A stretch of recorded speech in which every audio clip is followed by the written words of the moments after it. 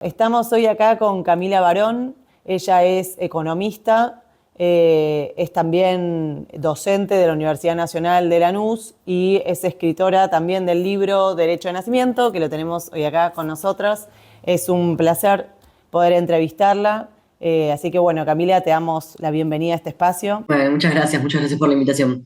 Contenta de poder conversar. Yo tuve la oportunidad de leerlo también y me parece que, así mismo como se presenta en el prólogo, es un libro muy crítico del colonialismo, de la situación que actualmente se vive en Gaza también, y también, ¿no?, un poco de la identidad judía construida por ciertas organizaciones o inclusive por la propia propaganda del Estado de Israel. Me parece un libro muy interesante también por el recorrido de crónicas que se hace durante todo el viaje, el BRIA, por sus siglas en inglés. Y bueno, la idea también hoy es poder mostrar un poco este recorrido que haces y bueno, ahondar un poquito en la situación actual también. Y quería preguntarte cómo es que nació la idea de escribir este libro y cómo fue la experiencia que vos fuiste haciendo. Dale, bueno, eso, gracias por la invitación y por conversar. La verdad es que no han sido muchos los espacios disponibles para tener estas conversaciones, así que en principio, bueno, les agradezco esa oportunidad de contar sobre derecho de nacimiento. Para que nos escuchen y quizás no sepan de qué se trata BRIA, o sea, la sigla. Eh, BRIA es Birthright Israel Argentina, que es un viaje que ofrece hace ya muchos años, hace ya 3 décadas, o sea, cumplido 30 años como programa. Eh, es un programa que el Estado de Israel, junto con financiamientos privados y también con el apoyo del incluso el ejército, ofrecen para las personas que tienen alguna raíz judía en su familia, ¿no? No hace falta digamos, tener como pertenencia concreta y presente en una comunidad particular o en una institución particular, sino simplemente acreditar que uno tiene algún abuelo o abuela de ascendencia judía, ¿no? Entonces, es un programa que busca reconectar supuestamente con el judaísmo, y ahí creo que ahí es lo interesante, pero en realidad es una intención de generar una conexión de la comunidad judía con el Estado de Israel, ¿no? Entonces, lo que buscan es ampliar esa relación al punto tal que, bueno, digamos, viajan personas que por ahí no tienen, que no han tenido a lo largo de su vida conexión con el judaísmo presente ni cotidiano. Y este viaje se ofrece como un viaje de una semana, donde digamos, eh, se hace un viaje de turismo, se recorre todo Israel, se muestran distintas caras. Y bueno, lo interesante es qué sucede a lo largo de ese viaje, ¿no? Y por qué las personas lo realizan y por qué año a año se sigue realizando y qué resultados tiene, ¿no? Es parte también de, bueno, de muchos años de una política digamos, muy agresiva y muy dirigida puntualmente a distintos públicos para generar como esto, buenas impresiones, ¿no? Entonces, yo viajé en el año 2017, hace ya varios años, la situación era muy distinta a la que tenemos hoy, y a mí lo que me llamó más la atención en ese momento fue la composición de ese grupo con el que yo viajé, éramos un grupo de 40 personas de 27 años. Remarco la edad porque el viaje es un viaje que se ofrece para personas entre 18 y 26, y quienes quedan por fuera, o sea, yo ya, o sea, me había pasado el tiempo para hacer ese viaje, eh, y se ofreció un grupo especial para personas de 27 años, ¿no? Entonces, había mucha gente que no había viajado por cuestionamientos o porque tenía alguna duda en hacerlo, y lo que sucedió, lo que a mí más me impresionaba era cómo a lo largo del viaje, incluso las personas que llegaban con una visión muy crítica, el viaje lograba tocar una fibra sensible, emocionar, hacer dudar, ¿no? Bueno, es compleja la situación, es más compleja y siempre había que complejizar una situación, había que complejizar, ¿no? Se trataba de ver el lado complejo de tener una postura crítica. Eh, y Bueno, yo siempre tuve el ejercicio de la escritura a mano, entonces cuento que este libro fue en ese momento para mí un ejercicio de supervivencia, ¿no? Algo que no pude dejar de hacer, que fue tomar una nota muy, muy precisa de lo que sucedía, de las sensaciones de lo que sucedía ahí, y eso es lo que fue por los años reescribiéndose y termina siendo, bueno, la experiencia que desarrollo ahí en Derecho de Nacimiento. No es solamente un libro sobre ese programa en particular, sino que después yo decido viajar sola a Cisjordania y también, digamos, eso es parte del relato, ¿no? Pero bueno, más allá de contar de qué se trata Bría, y me parece que es interesante mencionarlo porque es un viaje que se sigue haciendo, incluso en este contexto. Es un viaje que se ofrece en todo el mundo, lo hacen en Estados Unidos, en México, digamos, en todos los países donde hay comunidades judías, y que funciona, ¿no? Porque es un viaje que si no funcionara no se haría, ¿no? Si no funcionara no habría una inversión en hacerlo. Entonces, me parece que es importante también para mostrar, bueno, cómo llegamos hasta acá. Es un libro que tiene esa intención también, ¿no? Desde distintas aristas, preguntarse cómo es posible que suceda lo que sucede hoy, ¿no? Que esté sucediendo un genocidio en nombre de la memoria de un pueblo que sufrió también un genocidio, ¿no? Eso es algo muy fuerte históricamente, sabemos que estamos viviendo un momento bisagra en el mundo, que esto no tiene precedentes, que no tiene precedentes el conocimiento social, colectivo que tenemos sobre lo que está sucediendo y que aún así no se pueda frenar, ¿no? Entonces, todo eso hay que explicarlo de distintas maneras, hay muchas formas de entrar en esta cuestión y el libro Derecho al Nacimiento lo que trata es de mirar en aquellas situaciones sensibles, concretas, cotidianas, donde se gesta algo que podría explicar la crueldad y el acostumbramiento a un estado de guerra, el acostumbramiento a un estado de deshumanización. Entonces, eso también es lo que yo creo que conecta el libro con el presente, con nuestro presente en particular en Argentina, donde todo el tiempo estamos viendo cómo se va generando una capa de acostumbramiento a distintos niveles de crueldad. Entonces, esa es la intención y, bueno, la búsqueda también más, si se quiere, hasta literaria, ¿no? Del libro, que es ese relato eh, cuerpo a cuerpo y donde se van filtrando en los discursos cotidianos algo que haga pensar en lo que vino después, ¿no? Porque en ese momento, 2017, digamos, si bien se hablaba obviamente ya había términos como limpieza étnica muy presentes y muy desarrollados, o también la conciencia de que hay un estado de ocupación, llegar a lo que se llegó hoy, que es la perpetración de un genocidio, bueno, pasaron varios años y pasaron varios años de esto, ¿no? De una política de acostumbramiento a un estado de deshumanización y de violencia muy, muy, muy, muy particular. Hay algunos datos que vos mencionás en relación al programa, por ejemplo, que el 80% de los judíos entre 18 y 26 años, ¿no? En Estados Unidos pasaron por el programa, o que 500.000 hasta desde el 99 que empezó a funcionar también. Me parece que muestra la envergadura, ¿no? De lo que implica el financiamiento, y me quedo pensando mucho en algunas de las cosas que planteás, sobre todo en ese rol de propaganda, ¿no? O de discurso que se va generando y se va construyendo a partir de eso, y bueno, quienes formamos parte también de la comunidad judía o tenemos origen judío, sabemos también que hay una finalidad que a mí me parece muy interesante, que vos la dejás al descubierto en el libro, que no es el viajar e irse a vivir a Israel, que es como un poco se lo promueve, sino el volver y sostener un discurso de un silencio cómplice, ¿no? O esa censura. Eso me parece uno de los aspectos también muy interesantes que vos remarcás y que creo que ayuda a construir ese relato, esa vivencia, en donde vos mencionabas también que está financiado por el ejército, porque dentro del programa estás acompañada por jóvenes que son parte del ejército en ese momento y que acompañan el viaje medio en calidad de guías turísticas o algo así, pero bueno, ¿no? Que juegan un rol importante. Sí,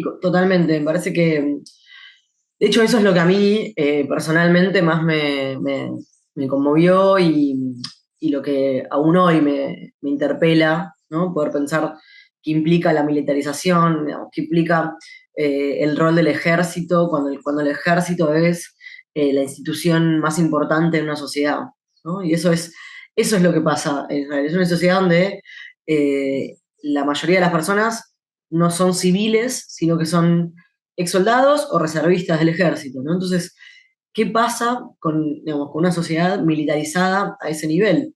Digamos, ¿es posible una sociedad, digamos, pacífica, que respete los derechos humanos, digamos, que no adscriba a la violencia a ese nivel, cuando, digamos, el ejército es la columna vertebral, el cerebro y el corazón de la sociedad? Entonces, para mí fueron muy importantes esas conversaciones con los soldados que integraban el programa, porque ahí también donde se filtraban muchas de las cuestiones que hoy se ponen en juego, ¿no? Y creo que ahí hay algo que me parece interesante, también de la mirada, porque se habla mucho, hoy por hoy, o sea, se habla más de Palestina que de Israel. Y eso tiene un punto interesante, porque hay un apoyo a la causa, pero también no nos tenemos que olvidar de digamos, la crítica a, digamos, a ese Estado que hoy por hoy también es un ejemplo para las ultraderechas a nivel internacional, ¿no? Hay muchas diferencias entre los distintos países y los distintos líderes de ultraderecha, donde no hay ninguna diferencia es en el apoyo restricto a ese régimen particular, que es un régimen militarizado, que es un régimen fascista en la vida cotidiana, ¿no? De una sociedad donde hay ciudadanías de primera y hay ciudadanías de segunda, donde el racismo está completamente tapado. Entonces, todas estas cuestiones me parece que abre un poco la conversación derecho de nacimiento. Y bueno, vos me preguntabas, o sea, traías recién las cifras de ese programa, ¿no? Y, y sí, creo que hay que hay que mirar, digamos, como no solo Bría, pero digamos, un montón de otros programas que siguen estando ahí, que también tienen que ver eh, con cierta debilidad, ¿no? De los países a los que están dirigidos. Por ejemplo, en Argentina se ve que así como este programa va generando algún tipo de conexión con ese territorio, también hay momentos históricos y sociales particulares que generan también eh, esa relación de dependencia con este Estado. Por ejemplo, lo que sucedió en el 2001.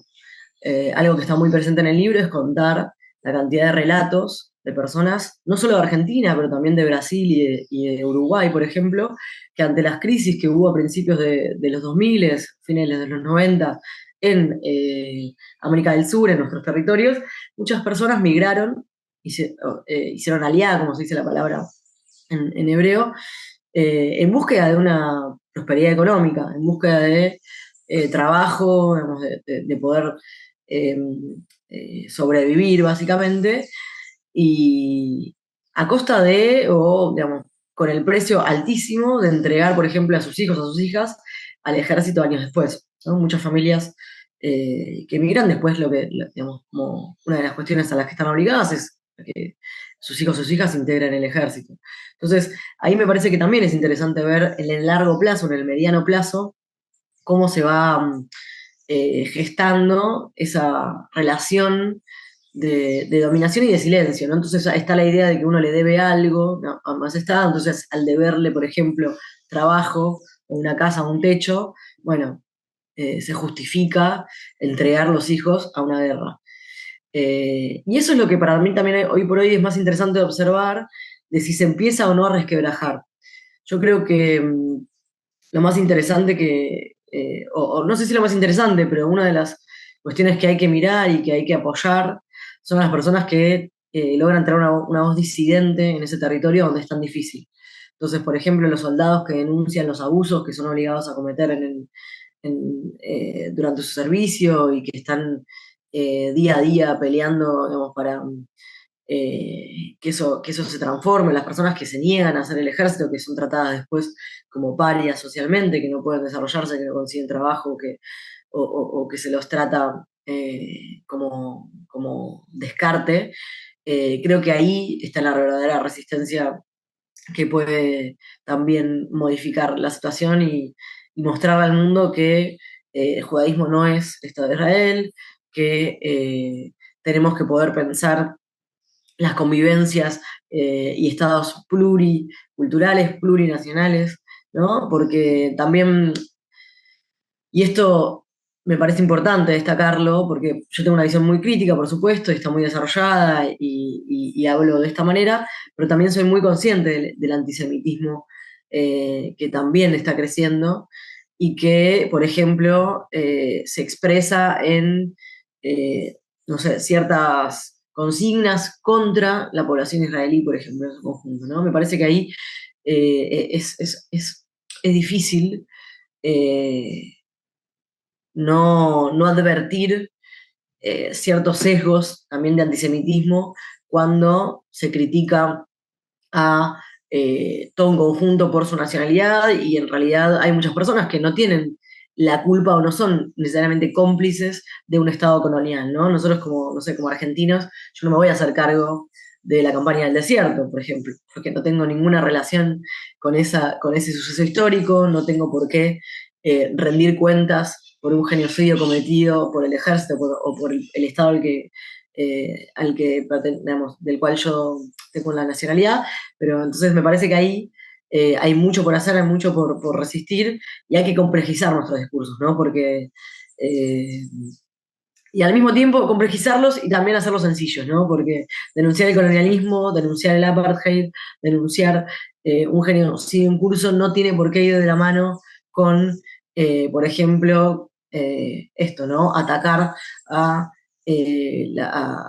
parte de la sociedad israelí o considerar que no tienen derecho a existir las personas que allí viven. Entonces, me parece que estamos en un momento muy peligroso también, en donde hay un discurso bélico, un discurso también muy violento, que habría que tratar de desescalar y pensar también en alternativas, ¿no? Que apelen al internacionalismo, que apelen a, a la colaboración clasista, ¿no? Digamos, de la clase trabajadora, de los sectores eh, que no tienen la responsabilidad en estas guerras absurdas y en estas matanzas y en estas violencias contra la población indefensa.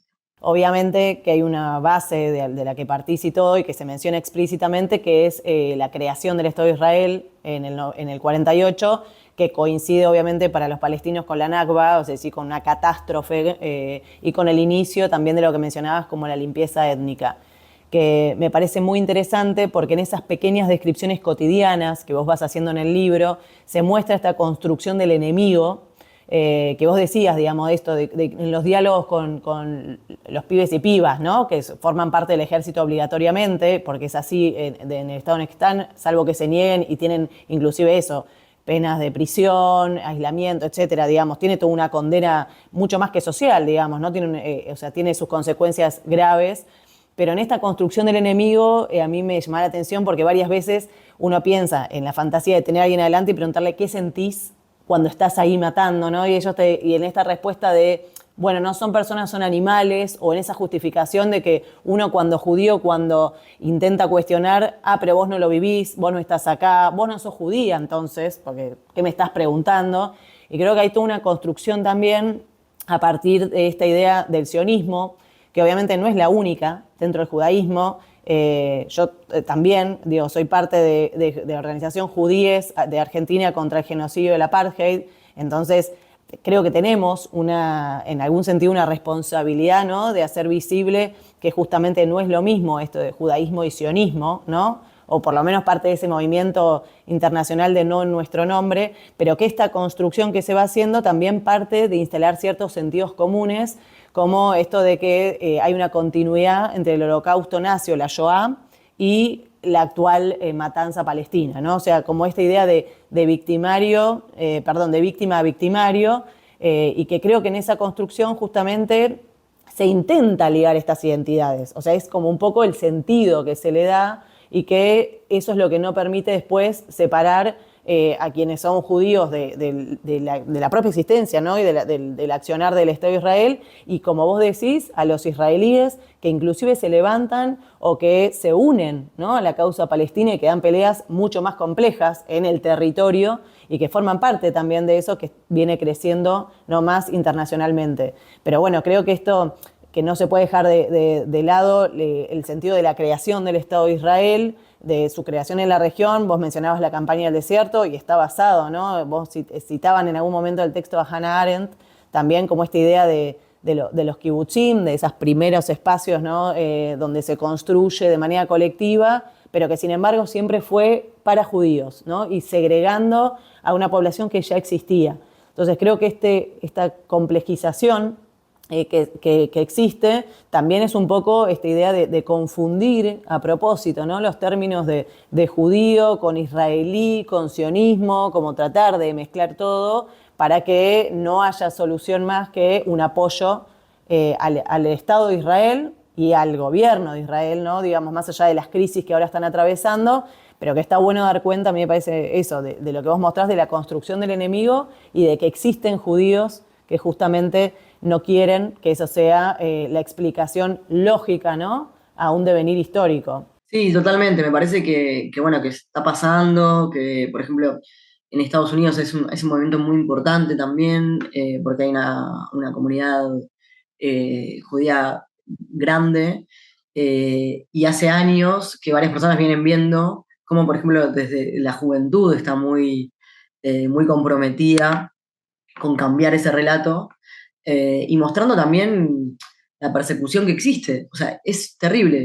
O sea, la persecución que tiene, las consecuencias que está teniendo también alzar la voz, ¿no? Porque son muchos años de construcción de este silencio que mencionaba antes, porque vos cuando me decías, bueno, ¿qué produce el programa? Y claro, produce embajadores en el mejor caso si le sale bien, digamos, embajadores en el sentido de personas que defienden el accionar del Estado de Israel, o un silencio entre cómplice y con miedo, ¿no? Porque es real. Las personas que decidimos hablar o tener una voz pública, lo hacemos a costa también de saber que eso tiene consecuencias, que eso tiene consecuencias laborales, sociales, públicas, afectivas. Entonces, me parece que es muy importante tejer redes de sostén, y que nada se puede lograr sin ese apoyo mutuo colectivo y ir ampliando las posibilidades del decir, ¿no?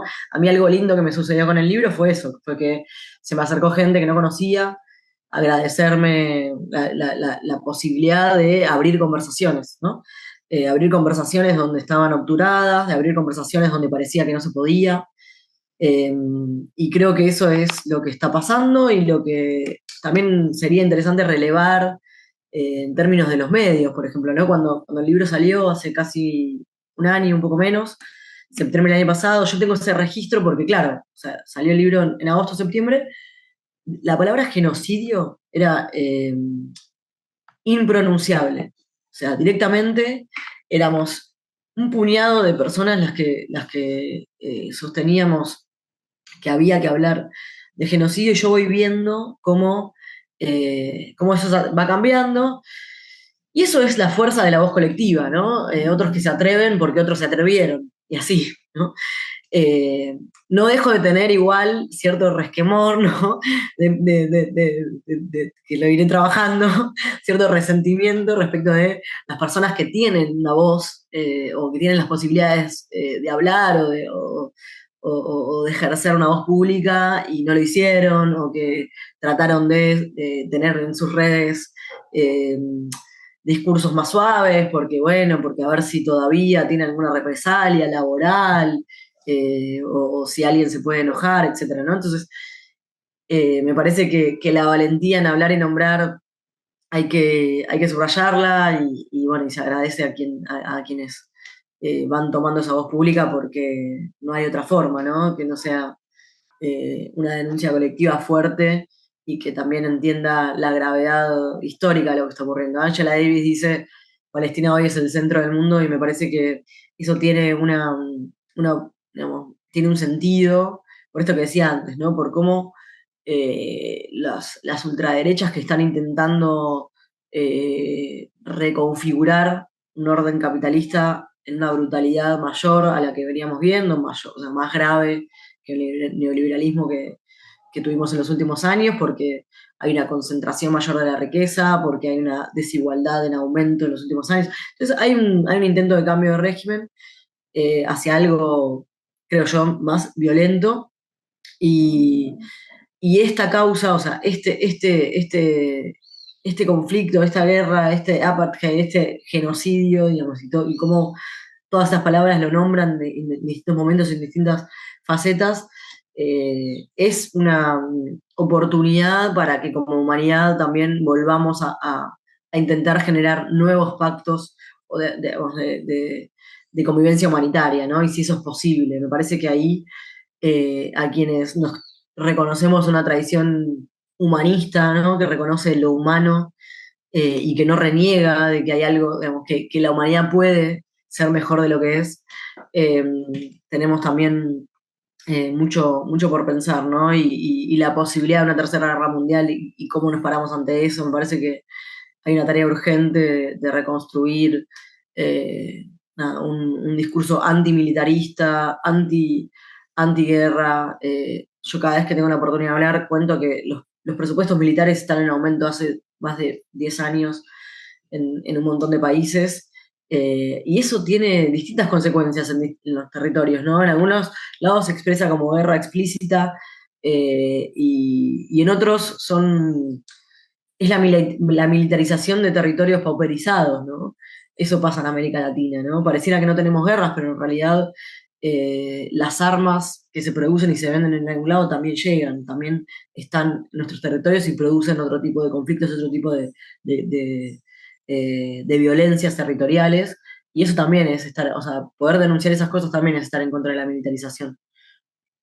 Sí, la verdad que es un ida y vuelta de cosas por ahí del libro internacionales. Argentina está buenísimo. Yo creo que hay algo que vos decís en el libro y lo mencionás ahora también, que tiene que ver con que muchas de las personas que te acompañaron en el viaje, ¿no? Que fueron parte del grupo con la delegación, eran personas más críticas o más progresistas, ¿no? En lo que hace Argentina y que categóricamente se pronuncian contra el genocidio que hubo en la dictadura militar argentina, pero que no pueden hacer lo mismo cuando tienen que hablar de lo que hace el Estado de Israel, ¿no? O sea, ¿cuánto cuesta esta palabra decir genocidio, que es la definición que hay, o apartheid en el sentido de las ciudadanías y de las distinciones que hay también adentro? Entonces me parece que poner esas palabras en el centro es necesario, me parece que también es uno de los méritos, ¿no? Que tiene el final de las reflexiones finales del libro, ¿no? Cuando lo traes un poco más hacia el final de la publicación en el 2024. Y pensaba también, además de esta idea, cuando vos te preguntás quiénes son los que se rebelan. Me parece muy interesante en el sentido de que por un lado está quienes quizás no tienen mucho para perder, porque ya están en una situación muy difícil, o quienes empiezan a no verse tan solos frente a un gigante. Y creo que esto que vos empezás a decir ahora en relación a la situación más internacional, de las derechas, de las crisis y las guerras que se están dando, por un lado muestra lo que ciertos sectores quieren sostener, que es que crece la derecha en el mundo, pero lo que pocos muestran, y por ahí también creo que está bueno ponerlo en el centro, es la resistencia que crece en el mundo. Por ejemplo, esto que decís de que Palestina está en el centro del mundo en este momento, tiene que ver con el mérito de peleas que es ponerle el cuerpo también, ¿no? De lo que han sido las flotillas, la flotilla Libertad, las movilizaciones, la marcha hacia Gaza, los movimientos pro-Palestina y todos aquellos grupos que, como vos decís, empiezan a alzar una voz cada vez más comprometida y más disidente. Y parte de esas reflexiones a mí me lleva a preguntarte también hoy algo que vos deslizás y te he escuchado decirlo, pero fuera del libro, en las presentaciones, que es si se puede ser judío y ser de izquierda, ¿no? Sí, claro, no, esa es una pregunta que se hace Rosichner en algún momento con ese debate y a mí lo que me había sorprendido de esa lectura era que, claro, en realidad era una pregunta que tenía que ver con que en los 60, 70, o sea, como había una discusión sobre la identidad ¿no? Como que la única identidad posible era reivindicarse de izquierda y clase trabajadora y, digamos, cualquier otra pertenencia por ahí nublaba un poco la categoría de poder ser, no sé, poder reivindicarse dentro de un partido de trabajadores, poder estar dentro de un movimiento que se reivindique de ese modo. Y Rosicher, digamos, defiende, ¿no? Y dice, bueno, sí, claro que se puede ser judío, ser de izquierda, pero por una cuestión más también ligada a esto, ¿no? A lo identitario. Me parece que eso es interesante porque hoy estamos en una discusión en algunos lugares donde parece que también se empieza a poner en juego si lo identitario en relación, por ejemplo, a la población LGBT, o sea, las luchas que se reivindican como luchas por la identidad, eh, pueden tener una confluencia con las luchas más ligadas, vinculadas al trabajo, a las reivindicaciones más de clase, eh, y, y creo que tenemos que ya tener superado esa dicotomía, ¿no? A esta altura. Entonces, me parece que, o sea, hay una reflexión también en derecho de nacimiento que tiene que ver con la construcción de identidades y también hasta dónde las identidades se pueden volver un límite, ¿no? Me gusta como lo dice a veces Lucrecia Martel, ¿no? Que dice, bueno, hasta dónde la identidad puede ser una cárcel. Y yo una de las cosas que me pregunto también, eh, o que digo en el libro, es cuándo se activa la memoria del gueto, ¿no? Me parece que la memoria del gueto, no solo como lugar de resistencia, digamos, por el gueto de Varsovia, pero también como el peligro de las fronteras impolutas y cerradas, donde convive lo que pareciera no tener diferencia. Entonces ahí es donde también me parece que hay una reflexión por estos días que tiene que ver con que nuestros movimientos, nuestras luchas tienen que ser mixturadas, tienen que ser eh, abrazando el acumulado de un montón de movimientos que históricamente han pensado la liberación de distintas maneras, y que lo que ha intentado, obviamente, el Estado de Israel con el famoso pinkwashing, ¿no? Eso de las políticas donde ellos se erigen como la única democracia, ellos se nombran a sí mismos como la única democracia de Medio Oriente, donde sí se acepta la diversidad sexual. Entonces me parece que ahí también hay toda una complejidad de cómo esa bandera LGBT ha sido también eh, pisoteada o denostada cuando se la pone arriba de los tanques de guerra, ¿no? Entonces pareciera que de un lado sí se puede tener libertad, pero del otro no hay derecho ni siquiera a vivir, ¿no? No solo a expresar, digamos, no hay ningún tipo de posibilidad de existencia. Entonces, nada, me parece que la pregunta por lo identitario tiene que ampliarse, digamos, me parece que es interesante ver esto que está sucediendo de los movimientos LGBT en el mundo que están denunciando también lógicas coloniales y lógicas de borramiento de distintas formas de ejercicio de las identidades. Entonces, ahí creo que hay un diálogo necesario con las generaciones de los 60, 70, bueno, que tuvieron como otra relación con lo identitario y también, bueno, ya eh, el- el- nuestras luchas tienen eso, ¿no? La posibilidad de que tengamos memorias más recientes y no que volvamos a cometer errores de persecución o- o de, bueno, o de no considerar válidas ciertas demandas y luchas que tienen que ser abrazadas en tanto luchas también desde abajo, ¿no? Durante mucho tiempo crecimos con esta idea de que ya sería como una utopía reaccionaria, ¿no? Para muchos de los dos pueblos, dos estados, ¿no? Porque claramente el Estado de Israel se erigió sobre la destrucción, ¿no? de lo que ya existía, así como esta idea de la campaña del desierto que vos mencionabas en Argentina, lo que obviamente no significa ir en contra de las personas que ya existen y que viven, ¿no? Digamos, uno cuando plantea esto del carácter colonial y lo que implica su surgimiento ligado también a los intereses, ¿no? Del sionismo internacional, etcétera, No quiere decir que no haya otras posibilidades de salida y de coexistencia pacífica también, pero respetando esta idea, ¿no? De un espacio plural, laico, libre, ¿no? O sea, erigido desde otra. Entonces, desde ahí te quería preguntar también cómo ves vos, cuál crees vos, que es un poco esta tarea y esta salida, y por otro lado, si vos ves también hoy en día dentro de la comunidad judía, no sus direcciones, no la AMIA, no la DAIA, pero sí grupos, como vos mencionabas, o de los que uno quizás pueda formar parte también actualmente, esta discusión y las posibilidades de pensar una salida distinta. Sí, a ver, como decía antes, me parece que es muy evidente cómo están surgiendo nuevos y nuevos grupos, eh, colectivos, etcétera, que vienen trabajando en esta cuestión eh, y, y que sí, que hace la diferencia. Digamos, que esto no, que esta respuesta desde abajo y organizada para intentar frenar una situación de crueldad y deshumanización es novedosa y bueno, como decías, hay un montón de grupos haciéndolo desde distintas perspectivas, desde la perspectiva feminista, desde la perspectiva LGBT, desde la perspectiva de sindicatos.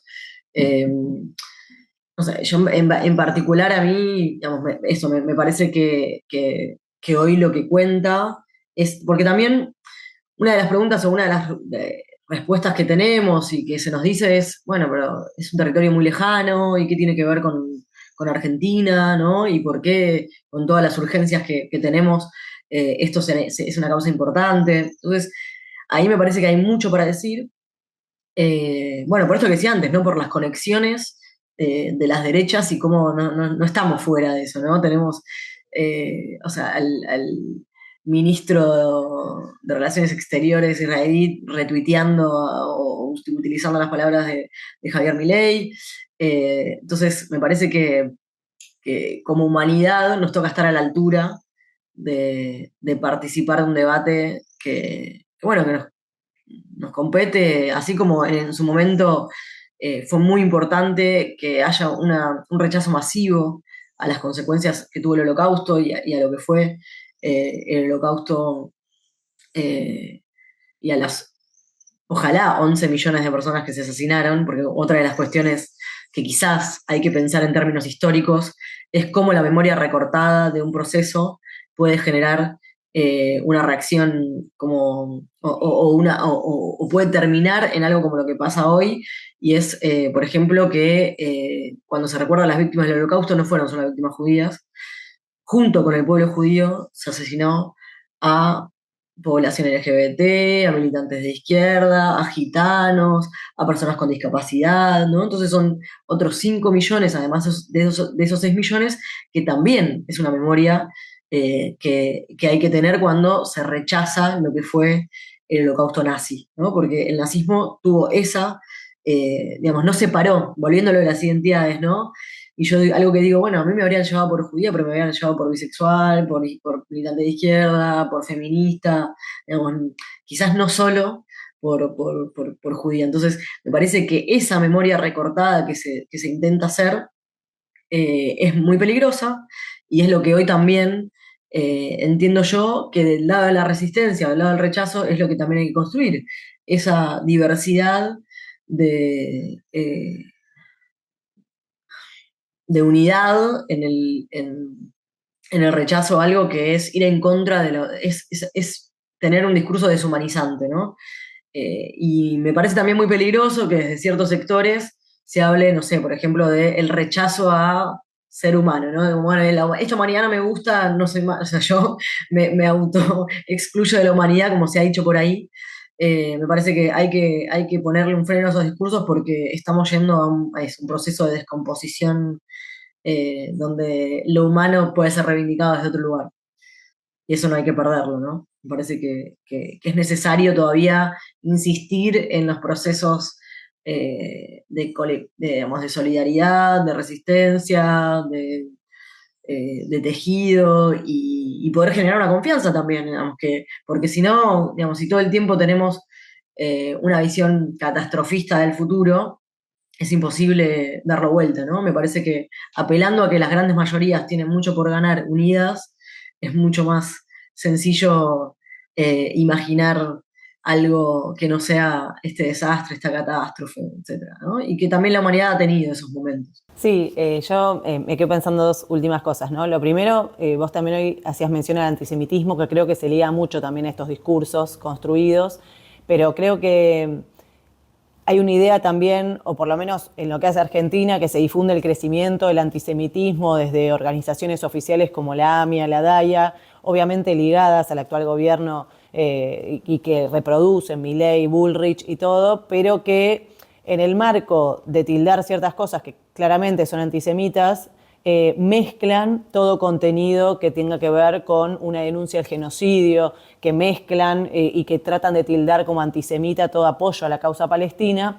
Y por otro lado, creo que hay que, por una cuestión de honestidad histórica, hay que también ligarlo a que las derechas en el mundo son y fueron siempre antisemitas, digamos, siempre fueron colaboracionistas de los distintos procesos, tanto de la dictadura militar en Argentina como de los distintos genocidios que hubieron en el mundo y la propia Holocausto o Shoah. Entonces creo que esto de dejarles la bandera por ahí de la lucha contra el antisemitismo a las derechas también es peligroso, eso creo que hay que discutirlo y hay que separar categóricamente qué es antisemitismo y qué no, o sea, antisionismo no es antisemitismo, digamos, son cosas muy distintas y creo que en eso también hay una tarea que tenemos, por un lado, y por el otro también pensaba un poco esto que vos mencionás de la unidad y creo que tiene que ver también un poco con la unidad en las luchas que hay y claramente yo tengo acuerdo, digamos, que en la pelea por reivindicar lo mejor de la humanidad y la solidaridad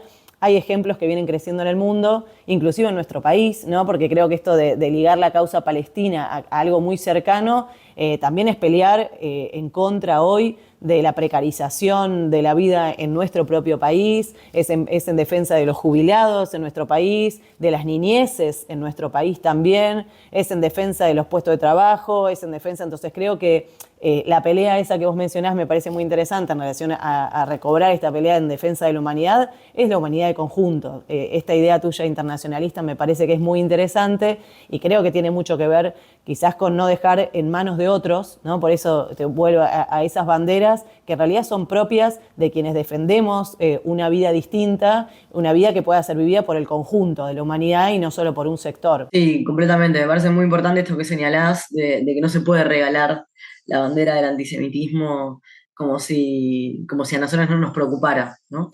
Me parece clave, por eso que decía antes, porque también, nada, o sea, hay mucha desinformación, hay intención de confundir, entonces me parece sumamente importante, como decís vos también, y traerlos en términos históricos, ¿no? ¿Quiénes han sido los movimientos o, digamos, los sectores políticos que han tenido un discurso antisemita y que han sido abiertamente antisemitas? En este gobierno que tenemos en Argentina hubo ejemplos de funcionarios, ¿no? Que han tenido declaraciones completamente antisemitas, que han sido premiados con cargos y que, bueno, se deja pasar, ¿no? Y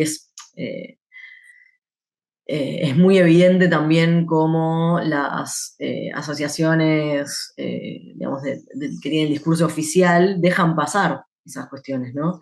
No están preocupados por el verdadero antisemitismo, están preocupados únicamente por la defensa corporativa y de poder del Estado de Israel. No les preocupa. Si les preocupara el antisemitismo, no provocarían un genocidio que justamente coloca el punto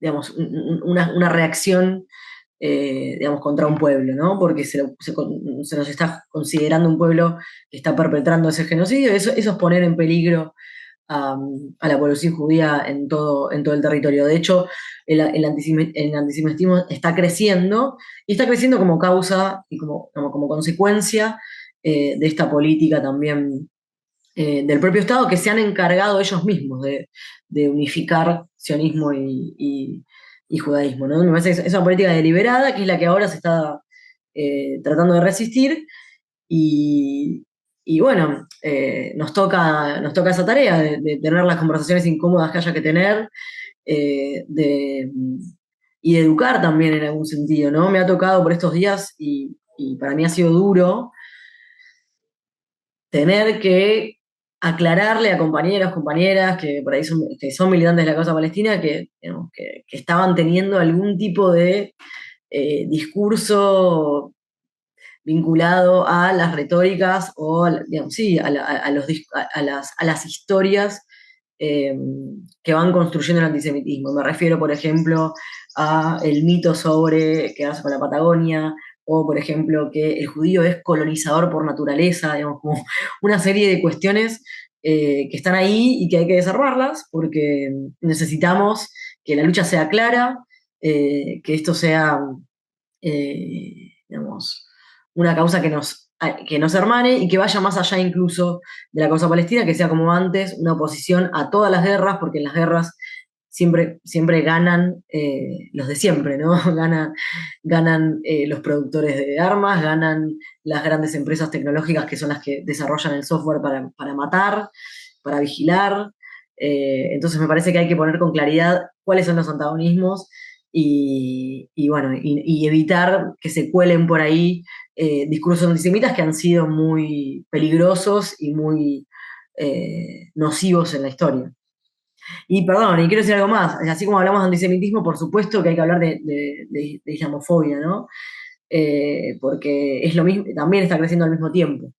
Sobre todo se ve eso en Europa, con los inmigrantes de países árabes digamos, religión musulmana, que hay mucha también persecución, entonces digamos, es en paralelo, ¿no?